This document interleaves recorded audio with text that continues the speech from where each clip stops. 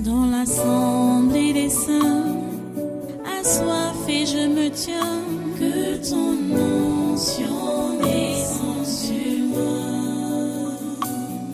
Conscient que mon destin est dans le creux de ta main, que ton onction descende sur moi. Je suis disposé, assoiffé, que ton onction descende sur moi. Je suis disposé, assoiffé, que ton onction descende sur moi.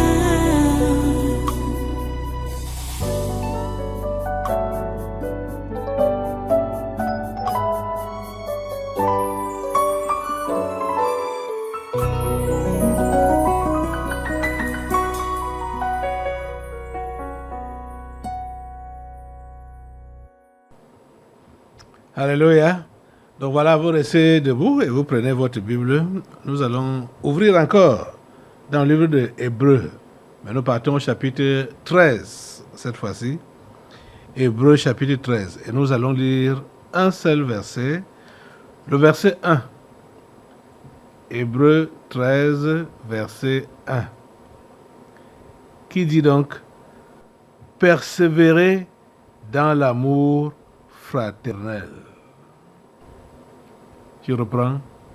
Hébreux 13, verset 1 dit: persévérez dans l'amour fraternel. Prions le Seigneur. Dieu Tout-Puissant, nous te remercions pour ta parole de ce matin. Et nous te prions que tu donnes à tes enfants la grâce de pouvoir l'appliquer. C'est un ordre, c'est un commandement que tu nous donnes de nous aimer les uns les autres. Merci Seigneur parce que tu permets que chacun prenne cela au sérieux et que chacun s'y mette vraiment pour, donc comme ce matin, tu le dis, persévérer dans l'amour fraternel.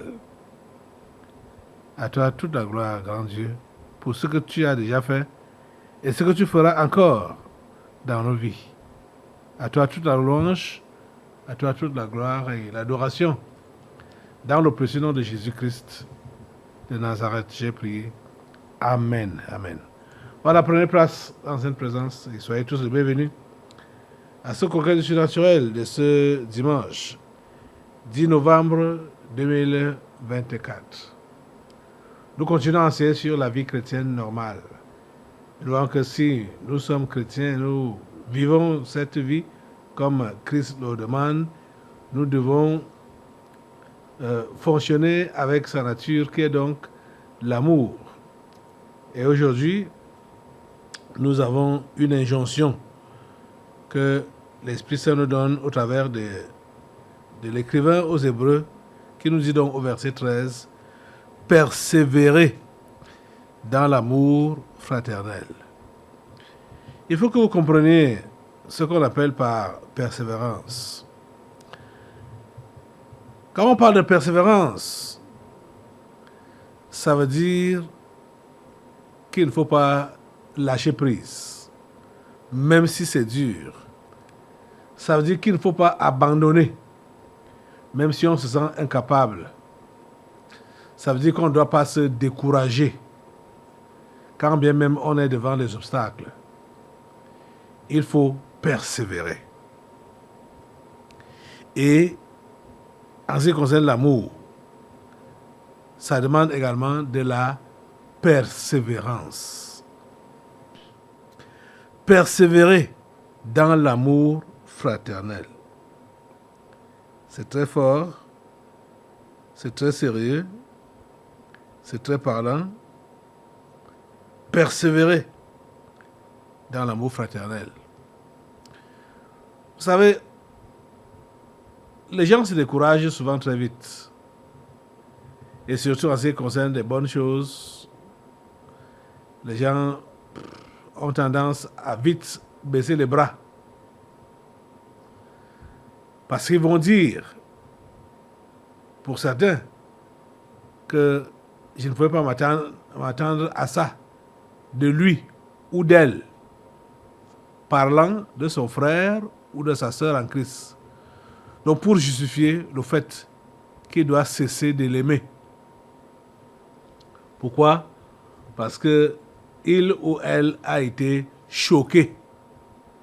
Donc je ne pouvais pas m'attendre de ça, d'elle ou de lui. Donc ça ne vaut plus la peine. Les amis, écoutez l'interpellation de Dieu, persévérez dans l'amour fraternel. Persévérez. Vous devez continuer à aimer vos frères. Vous devez continuer à aimer vos sœurs. Vous devez continuer à aimer les enfants de Dieu.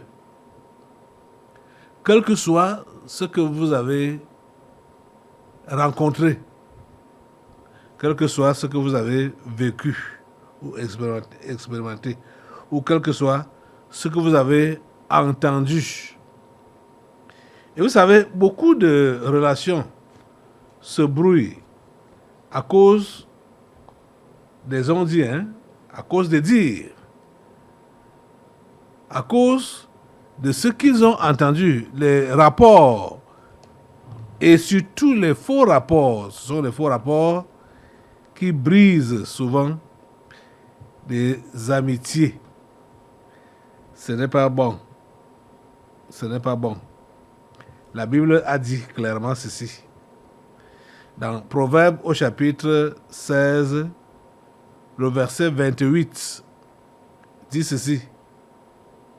L'homme pervers excite des querelles et le rapporteur divise les amis.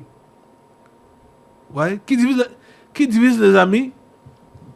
Le rapporteur. Donc, quand on te dit quelque chose sur ton frère ou sur ta sœur, quelque chose qui n'est pas bien, quelque chose qui va t'énerver ou qui va te faire voir cette personne-là en noir, c'est-à-dire en une autre couleur. Généralement, la couleur qui n'est pas vraie. Pourquoi? Parce que quelqu'un t'a rapporté quelque chose le concernant ou la concernant. Les amis, ce n'est pas bien. Le colportage, qu'on appelle ici au Cameroun le Congossa, ce n'est pas bien. Le rapportage, ce n'est pas bien.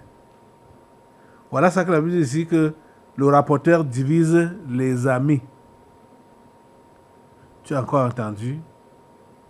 Tu as encore entendu? Tu as suivi?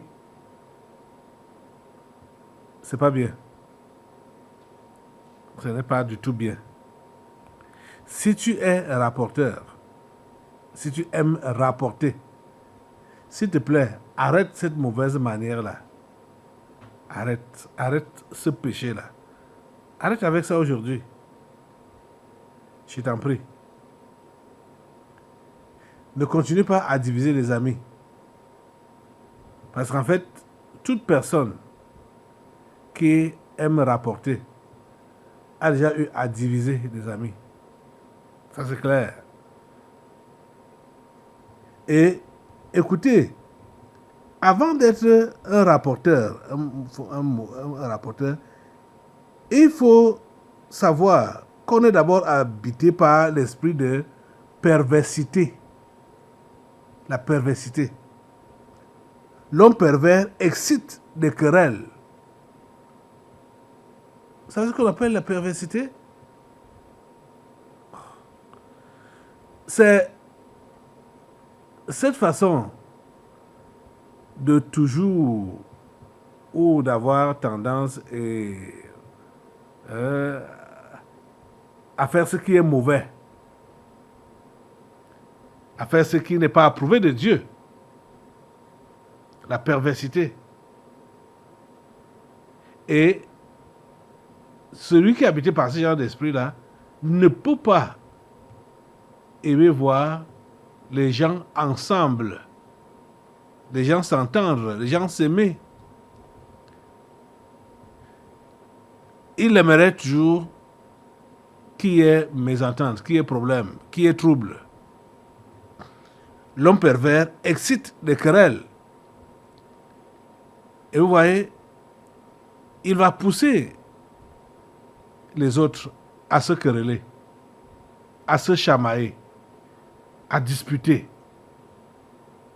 Ce n'est pas bon quand ce genre de comportement-là peut se voir au milieu des chrétiens. Ce n'est pas du tout bon. Et tu dois comprendre que s'il y a même eu donc chamaillement, s'il y a eu mésentente, s'il y a eu problème entre toi et ton frère, et comme ça ne manque pas,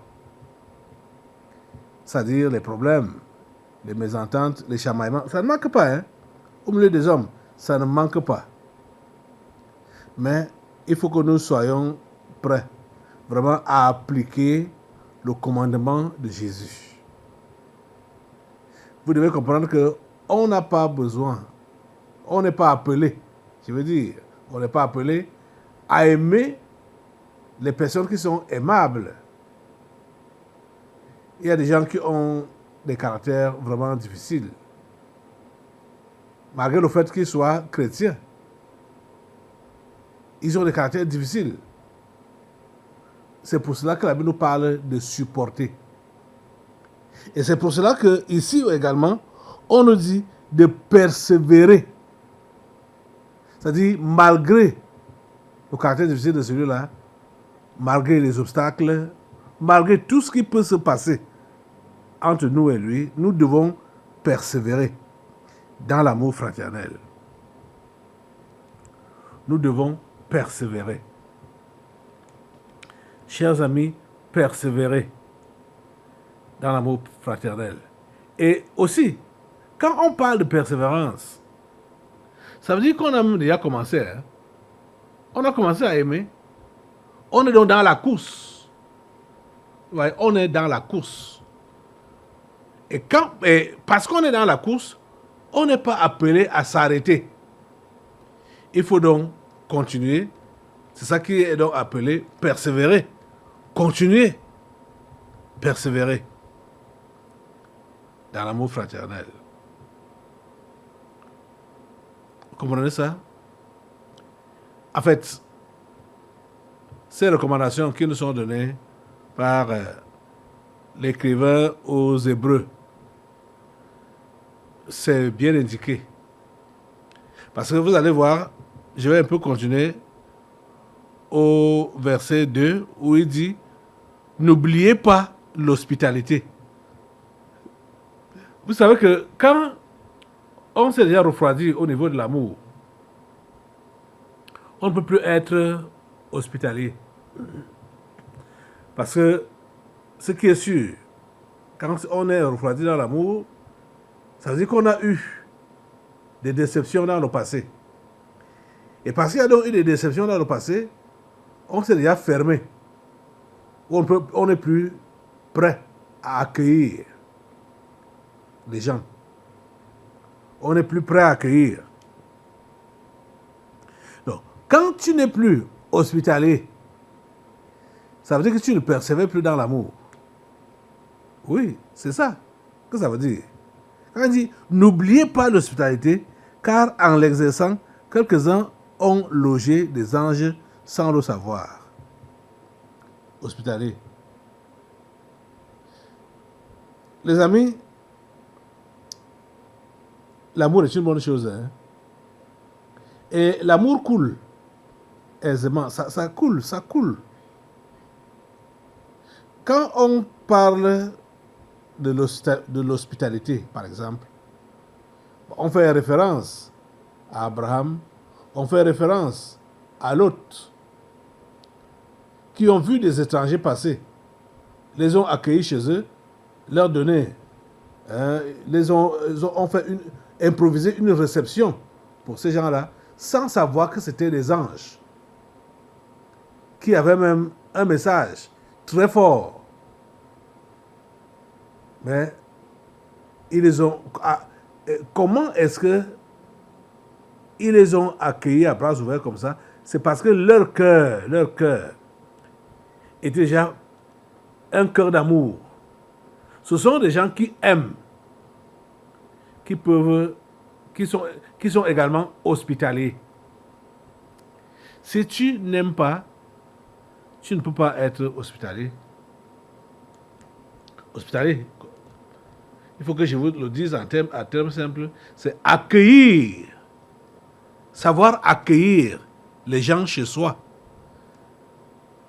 Savoir, oui, recevoir, héberger les gens chez soi.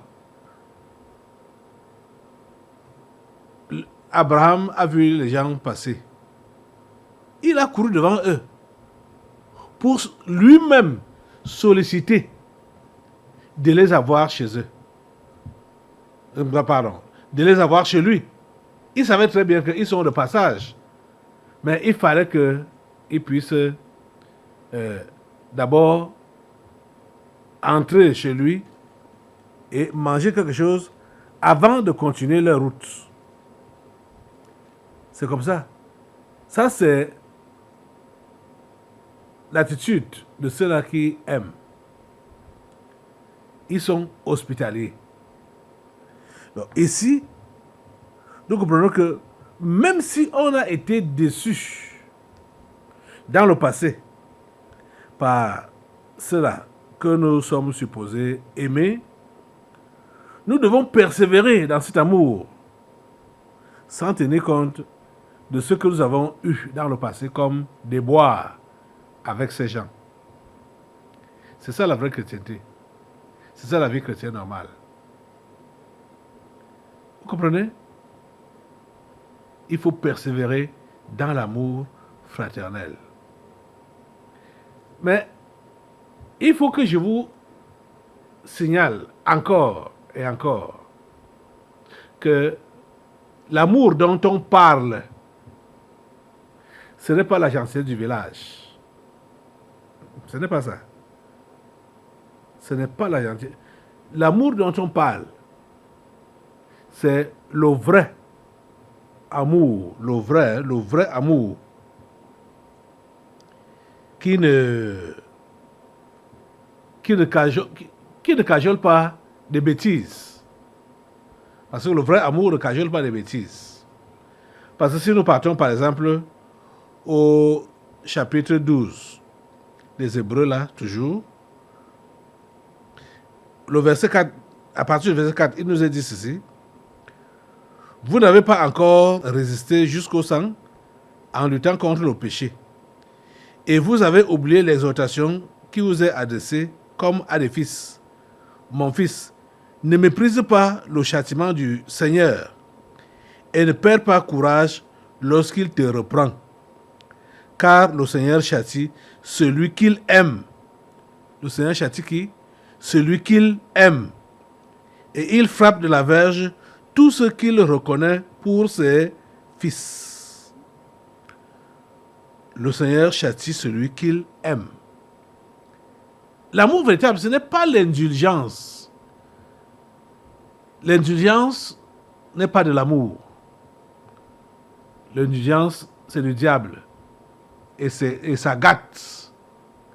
Quand on veut dire donc aimer et supporter, ne pas tenir compte des déboires du passé, ce n'est pas pour être indulgent. Non. Ce n'est pas pour être indulgent. C'est juste pour vous interpeller à ne pas baisser les bras par rapport à l'amour et à comprendre que c'est ça qui fait de vous réellement des enfants de Dieu, des vrais enfants de Dieu. C'est ça qui prouve que nous menons une vie chrétienne normale, quand nous sommes capables de persévérer dans l'amour, de montrer l'amour malgré les déceptions, malgré les déboires, malgré tout ce qu'on a connu, on persiste. Parce que il y a, je crois que tout le monde a eu des choses dans sa chrétienté, a dit des exemples négatifs qui ont, pour certains, ça les a froissés et ça les a éteints complètement, au point ils n'ont plus continué, ils n'ont plus voulu continuer même avec la chrétienté, parce qu'ils sont déçus. Mais nous sommes encouragés à comprendre que malgré tout ce qu'on peut donc voir ou avoir comme déception, ça ne doit pas affecter notre façon d'aimer. Nous devons persévérer là-dedans, dans l'amour fraternel. Nous devons persévérer là-dedans. C'est un commandement que Jésus-Christ nous a donné. On a vu ça ici l'autre jour. C'est un commandement. Jésus nous a commandé et il nous commande de nous aimer les uns les autres. Il a, dans l'évangile de Jean, il parle même d'un commandement nouveau. L'apôtre Jean parle d'un commandement nouveau. Mais Jésus nous le commande ou recommande toujours à nous aimer et à persévérer dans ça. Je vous donne un commandement nouveau. Jean 13, verset 34. Je vous donne un commandement nouveau. C'est un commandement. Et quel est ce commandement-là? Aimez-vous les uns les autres. Comme je vous ai aimé, vous aussi aimez-vous les uns les autres. Et au verset 35, il dit, à ceci, tous connaîtront que vous êtes mes disciples, si vous avez de l'amour les uns pour les autres. Oh Seigneur, s'il te plaît, déverse ça dans nos cœurs. Ou encore mieux, permets que nous puissions le laisser couler, comme tu nous l'as donné par ton esprit, à la conversion. Permets que nous puissions le laisser couler. Cet amour que tu as versé dans nos cœurs, que tu as répandu dans nos cœurs, par ton esprit. À ceci, tous connaîtront que vous êtes mes disciples, si vous avez de l'amour les uns pour les autres. Chers amis, c'est tellement sérieux. Je ne sais pas si vous comprenez vraiment ce qui se passe. Si nous n'avons pas l'amour tel que Dieu nous l'exige ou nous le commande, on ne peut pas prétendre voir sa face.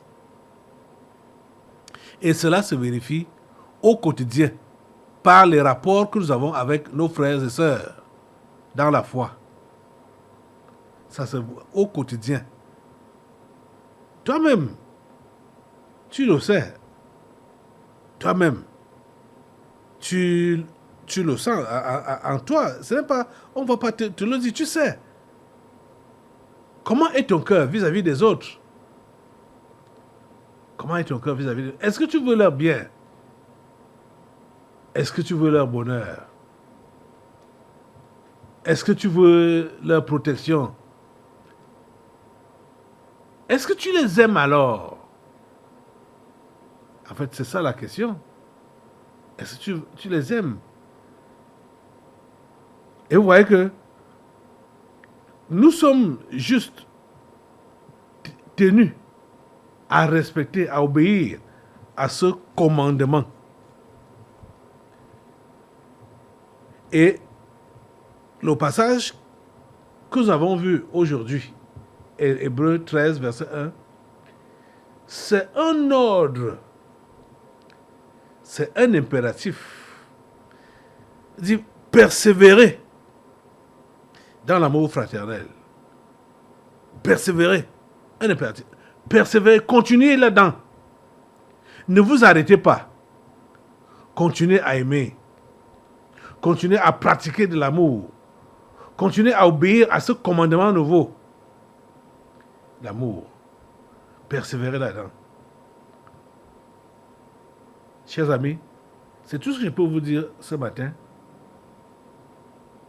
C'est à chacun de voir à quel niveau il se trouve. À chacun de voir. Dans ton cœur là, et dans tes, et dans tes rapports, tu sais où tu en es. Est-ce que tu aimes? Est-ce que tu as persévéré dans l'amour? Ou alors tu t'es relâché, tu t'es découragé? S'il te plaît, relève-toi et persévère dans l'amour fraternel. Dans l'amour entre frères et sœurs. Relève-toi. Relève-toi. Celui que tu aimes, tu dois prier pour la personne. Celui que tu aimes, tu dois lui donner des conseils. Celui que tu aimes, tu dois lui vouloir du bien à tout moment. C'est comme ça que l'amour se manifeste. Et vous allez voir que quand vous priez pour les gens, vous aimez vraiment les gens, en priant pour eux, le Seigneur ne va pas manquer de vous partager ce qu'il dit ou ce qu'il pense de ces gens-là, ou ce par quoi ils passent. Le Seigneur va vous le révéler. Il va vous le dire. Parce qu'il voit que vous avez de l'amour pour eux, vous avez de l'intérêt pour eux, vous voulez leur bien. Mais vous remarquez que la plupart des gens n'ont pas le temps des autres. Pourtant, ils disent qu'ils sont chrétiens, mais ils n'ont pas le temps des autres. Ils ne savent pas ce que les autres expérimentent ou vivent, ou ce par quoi ils passent. Ils n'ont pas le temps. S'il te plaît, sois interpellé par Dieu ce matin. Si tu avais arrêté, ou comme tu avais arrêté d'aimer, reprends la course et persévère dans l'amour fraternel. Prie le Seigneur maintenant, lève-toi sur tes deux pieds et demande à Dieu de te donner la grâce de pouvoir obéir à cette injonction. Oui, cette injonction de persévérer dans l'amour. Oh Dieu, s'il te plaît, que ta grâce inonde dans ces vies ce matin tous ceux-là qui se sont arrêtés dans leur élan d'amour les uns pour les autres. Un amour véritable, pas un amour intéressé, pas de la comédie, mais le vrai. Seigneur, ta parole nous fait comprendre qu'il a été répandu dans nos cœurs par ton Saint-Esprit. Et plusieurs l'ont étouffé. S'il te plaît, Seigneur, qu'il se réveille encore ce matin et qu'il puisse maintenant couler sans plus s'arrêter. Oh Dieu, s'il te plaît, aide les uns et les autres à être au centre de ta volonté et à aimer comme tu l'as commandé et comme tu le commandes aujourd'hui. Nous comptons sur toi, Seigneur. Nous voulons vivre la vie chrétienne normale. Au nom puissant de Jésus, nous avons prié. Amen. Amen. Voilà, assois-toi. Et nous allons maintenant passer aux délivrances prophétiques.